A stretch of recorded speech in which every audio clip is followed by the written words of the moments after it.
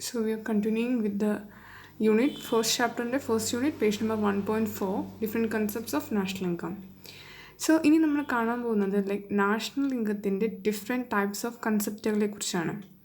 അപ്പോൾ അതായത് GDP എന്ന് പറയുന്നതാണോ നാഷണൽ ഇൻകം, അത് വേറെ എന്തെങ്കിലും ഉണ്ടോ നാഷണൽ ഇൻകത്തിനകത്ത്? നമ്മൾ കണ്ടു ഫൈനൽ ഔട്ട്പുട്ടിൻ്റെ മണി വാല്യൂ എന്ന് നമ്മൾ കണ്ടു, അത് എങ്ങനെ ആ മണി വാല്യൂയിലേക്ക് എത്തും, ഇത്തരം ക്വസ്റ്റ്യൻസിനൊക്കെ ആയിരിക്കും നമ്മൾ ഇനി അഡ്രസ്സ് ചെയ്യാനായിട്ട് പോകുന്നത്. So first of all while looking into the concepts of national income നമ്മൾ ചിന്തിക്കേണ്ടതായിട്ടൊരു കാര്യം എന്താണെന്ന് വെച്ചാൽ, ഈ കൺസെപ്റ്റുകളൊക്കെ ഓരോ നേഷനും ഓരോരോ കൺസെപ്റ്റ് ആണോ, അതോ ഇവിടെ എന്തെങ്കിലും എല്ലാ കൺട്രീസും തമ്മിൽ ഇൻ്റർനാഷണലി ഒരു എഗ്രീഡ് സ്റ്റാൻഡേർഡ് ഉണ്ടോ? അപ്പോൾ അതാണ് നമുക്ക് SNA എന്ന് പറഞ്ഞ് നമുക്ക് തരുന്നത്, system of national accounts. Short answer type ക്വസ്റ്റ്യൻസിലെ സെക്കൻഡ് ക്വസ്റ്റ്യൻ്റെ ആൻസർ കൂടിയാണ് ഫങ്ഷൻസ് ഓഫ് SNA എന്ന് പറയുന്നത്. So let's look into the basic concepts and definitions of the terms used in national accounts largely follow those given in UN system of national accounts developed by United Nations to provide a comprehensive conceptual and accounting framework for compiling and reporting macroeconomic statistics for analyzing and evaluating the performance of an economy.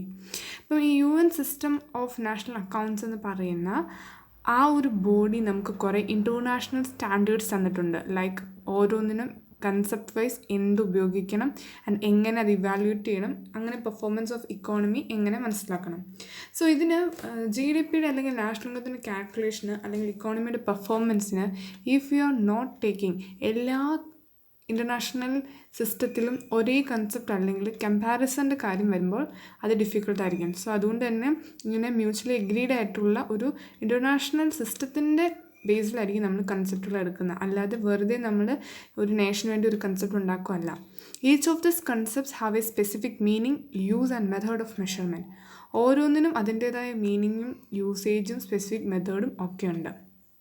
Then coming to the next para, national income accounts have 3 sides, a product side, an expenditure side, an income side. So കഴിഞ്ഞ പേജിൽ നമ്മൾ explain ചെയ്തിരുന്നു അത് like expenditure സൈഡുണ്ട്, income സൈഡുണ്ട്, product സൈഡുണ്ട്. So നമ്മൾ കണ്ടു 3 കൺസെപ്റ്റുകളുണ്ടെന്ന് പറഞ്ഞു, ഒന്നെങ്കിൽ പ്രൊഡക്റ്റ് സൈഡ്, അല്ലെങ്കിൽ ഇൻകം സൈഡ്, അല്ലെങ്കിൽ expenditure side.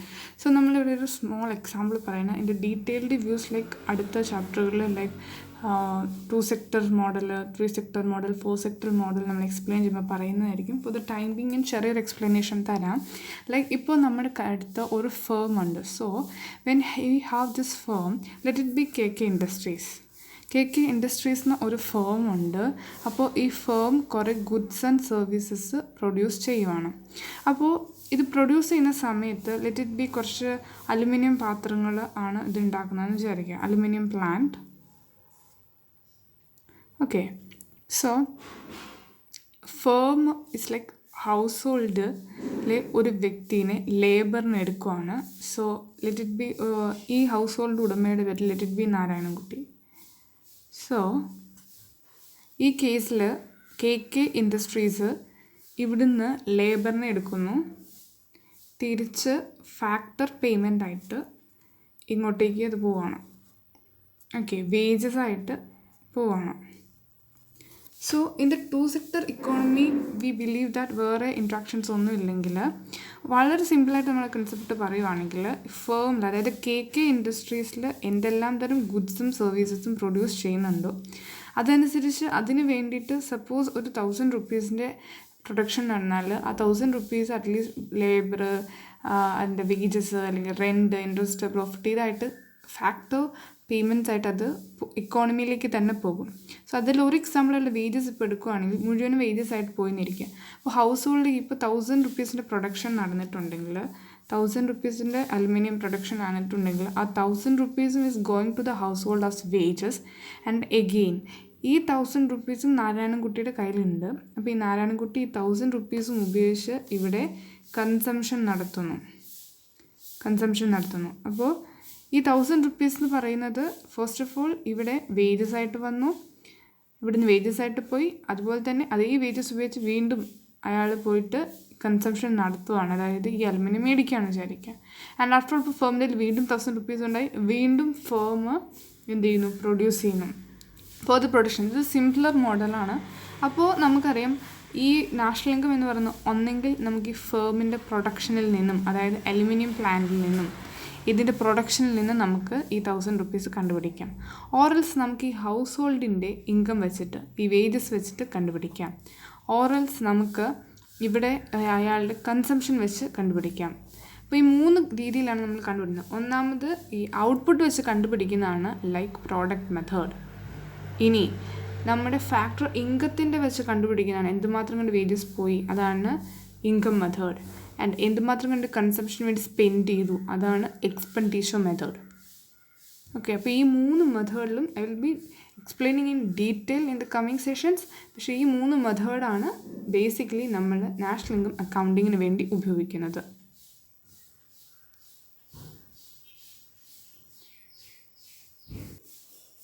So moving on. അപ്പോൾ ഈ 3 കൺസെപ്റ്റും വൈസാണ് നമ്മൾ നാഷണൽ ഇൻകം കൗണ്ട് ചെയ്യുന്നത്. The product side measures production based on concept of value added. The expenditure side looks at the final sales of goods and services. Whereas the income side measures the distribution of the proceeds from sales to different factors of production.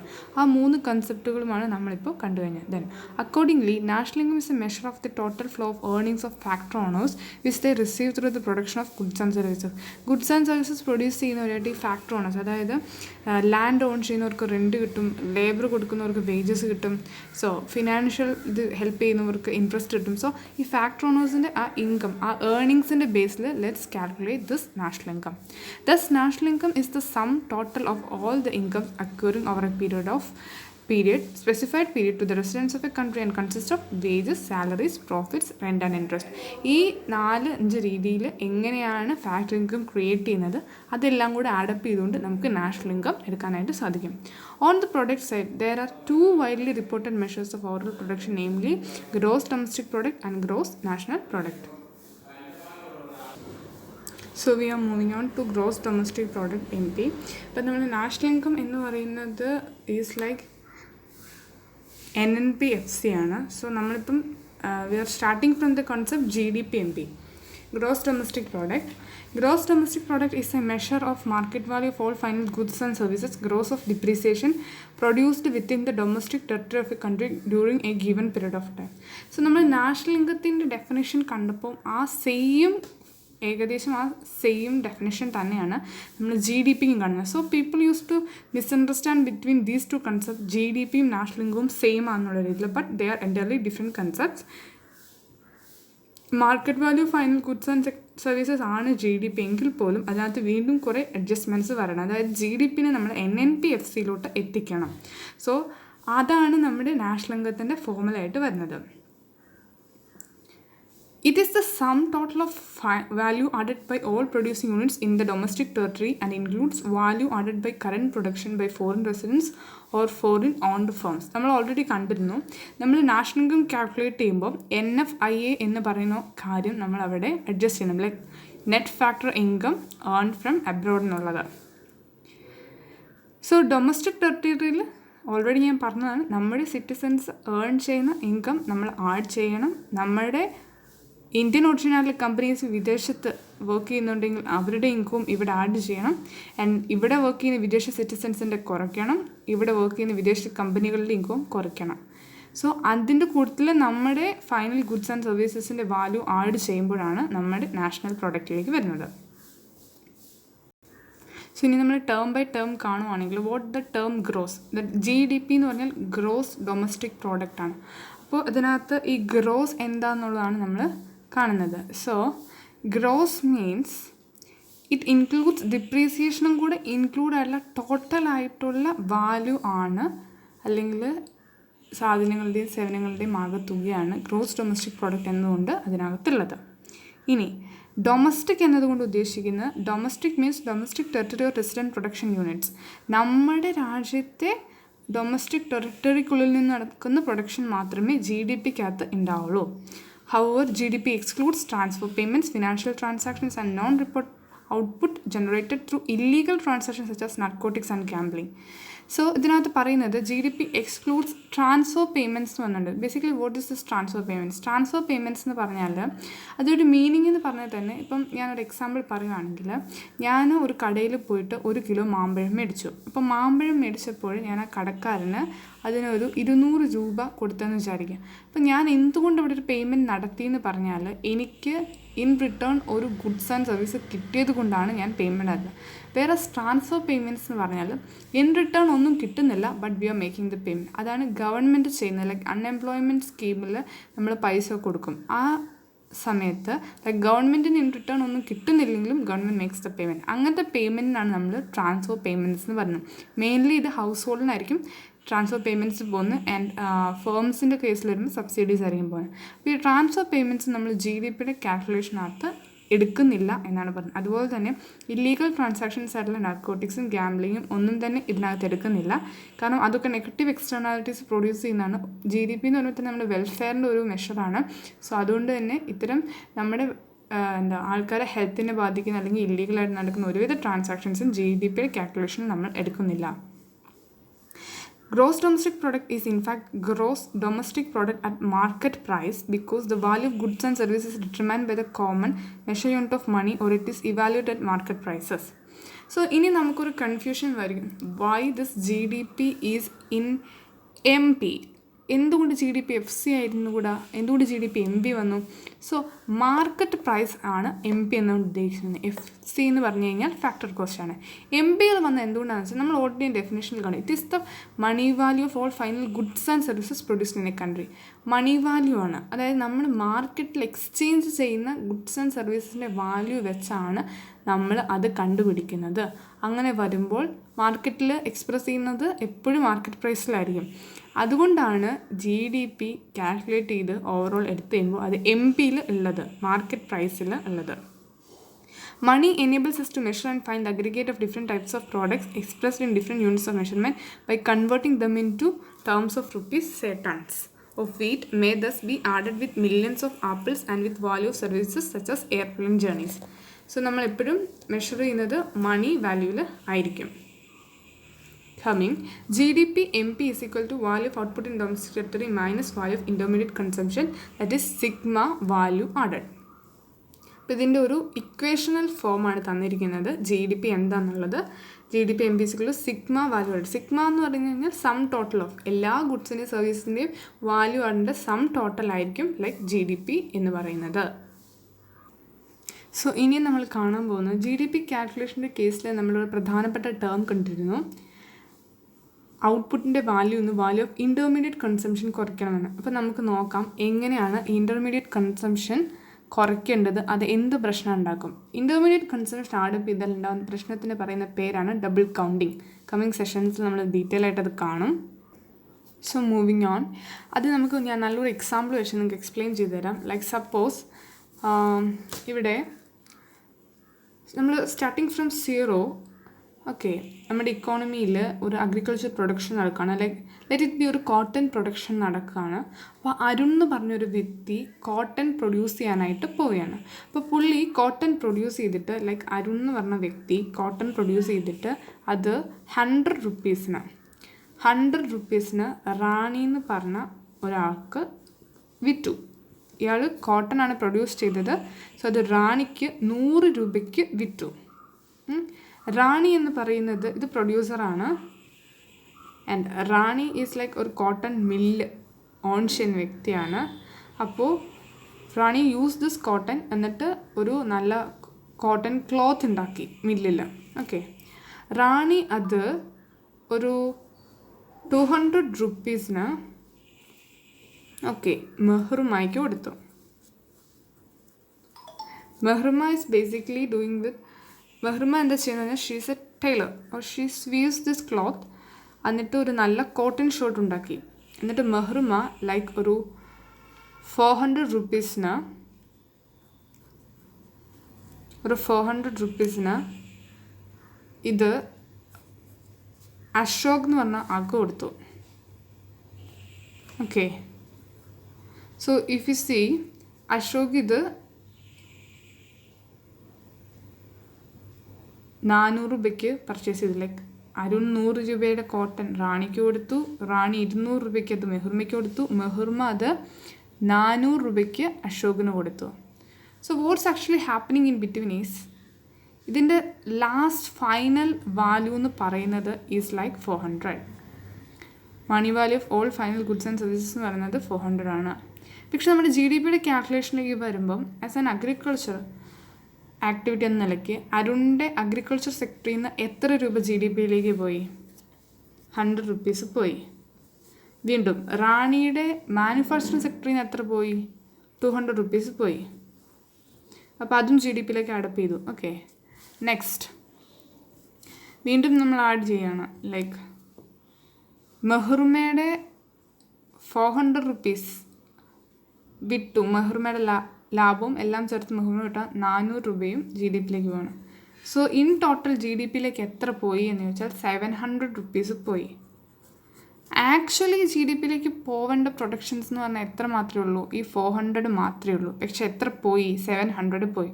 So ഇതിൻ്റെ പ്രശ്നം എന്താണെന്ന് വെച്ചാൽ ഇവിടെ intermediate consumption കയറി വന്നതുകൊണ്ടാണ് അത് 700 ആയി പോയത്.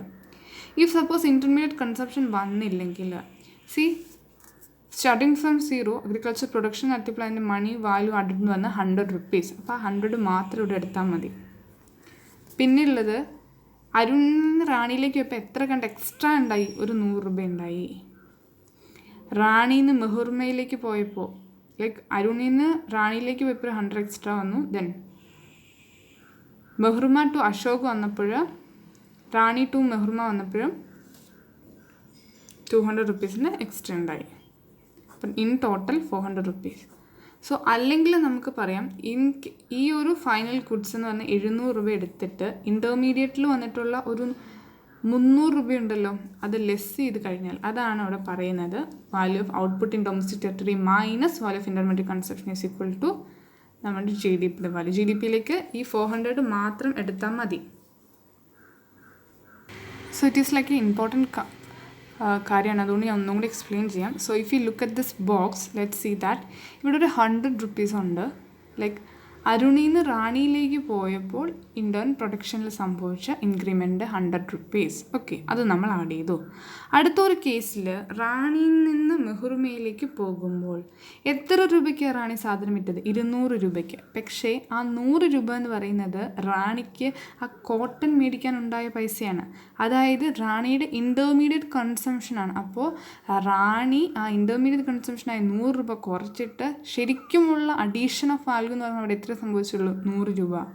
അതായത് കോട്ടൺ ക്ലോത്താക്കി മാറ്റിയത് വരെ അഡീഷൻ സംഭവിച്ചത് 100 രൂപയാണ്. അത് മാത്രമാണ് ഇങ്ങോട്ട് പോകേണ്ടത്, ജി ഡി പിയുടെ കാൽക്കുലേഷനിലേക്ക് പോകേണ്ടത്. അടുത്ത കേസിൽ മെഹ്റുമ ടു അശോക് പോകുമ്പോൾ അശോകിന് വിറ്റത് 400 രൂപയ്ക്ക് ആണെങ്കിലും ഈ 200 രൂപ എന്ന് പറയുന്നത് ഈ കോട്ടൺ ക്ലോത്ത് മേടിക്കാൻ മെഹ്റുമയ്ക്ക് ഉണ്ടായ പൈസയാണ്. അതായത് മെഹ്റുമയുടെ ഇൻ്റർമീഡിയറ്റ് കൺസംഷനാണ് ഈ 200 rupees.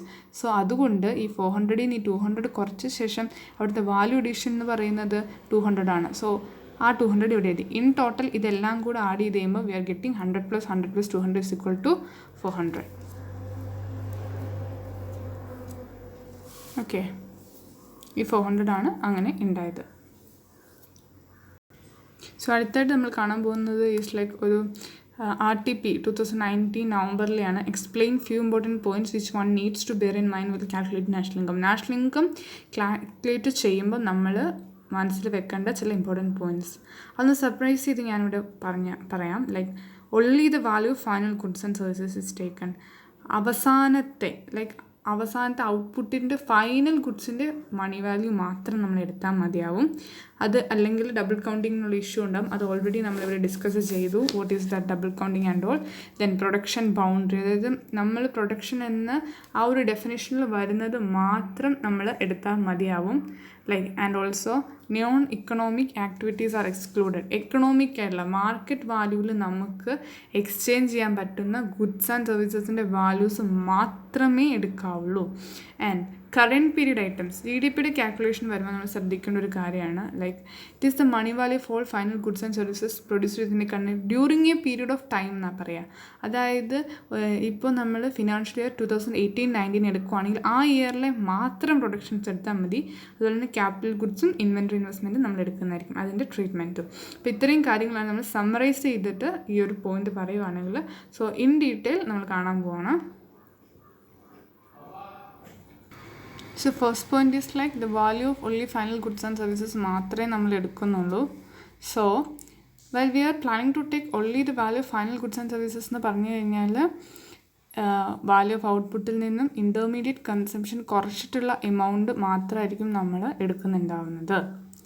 അതാണ് ഫസ്റ്റ് പോയിന്റ്. സെക്കൻഡ് പോയിന്റ് എന്ന് പറഞ്ഞാൽ intermediate consumption consists of value of the goods and services consumed as inputs by process of production, excluding fixed assets whose consumption is recorded as consumption of fixed capital. Intermediate goods used to produce other goods rather than being sold to final purchase are not counted as it would involve double counting.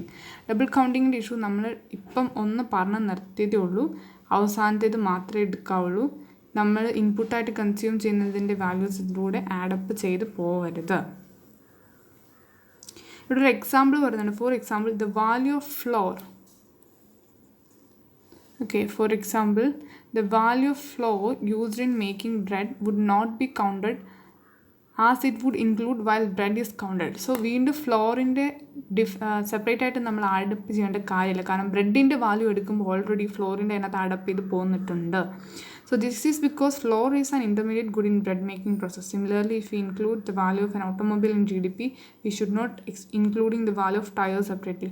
Automobile assets നമ്മൾ വരുമ്പോൾ വീണ്ടും tyre ഇൻഡസ്ട്രീസിൻ്റെ ആ ഒരു consumption നമ്മൾ ഇതിനകത്ത് എടുക്കേണ്ട കാര്യമില്ല. കാരണം ഓൾറെഡി അത് ആഡപ്പ് ചെയ്ത് പോന്നിട്ടുണ്ട്. ഓക്കെ, സോ അതുകൊണ്ട് ഡബിൾ കൗണ്ടിങ് ഒഴിവാക്കണം. Third point is like GDP is a measure of production activity. നമുക്കറിയാം അല്ലേ, പ്രൊഡ്യൂസ് ചെയ്ത് അതുവഴി കൺസ്യൂം ചെയ്ത് ഗുഡ്സ് ആൻഡ് സർവീസസിൻ്റെ ആകത്തുകയാണ് നമ്മൾ GDP എടുക്കുന്നത്. So GDP covers all production activities recognised by SNA. SNA നമ്മളിപ്പോൾ കണ്ടതാണ്.